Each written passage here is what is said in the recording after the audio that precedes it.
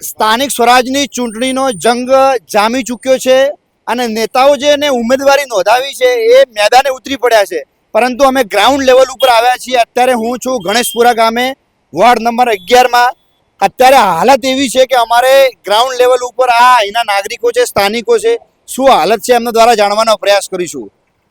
શું નામ છે આપનું? અર્જુનસિંહ રાજપૂત. હું છેલ્લા 40 વર્ષથી ગણેશપુરામાં જ રહું છું અને આ રોડ 40 વર્ષની અંદર એક પણ દિવસ કોઈ દિવસ સારો જોવા મળ્યો નથી અને હજી સુધી મળશે પણ નહીં. એટલે તકલીફ શું છે? તકલીફ એટલે પાણી જુઓ તમે, પેલી ગટર લાઈનો જુઓ, ખાડા ખોદી જતા રહ્યા છે, વળતા કોઈ પૂરવા કે એનું કોઈ લેવા માટે. અત્યારે ટ્રાફિક જુઓ, પાણીના લીધે કેટલું બધું ટ્રાફિક છે.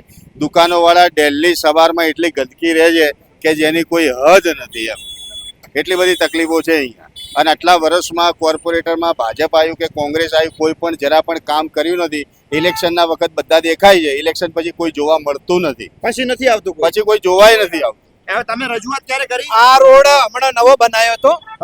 વર્ષમાં 2 વખત રોડ બને અને 2 વખત તોડી નાખે.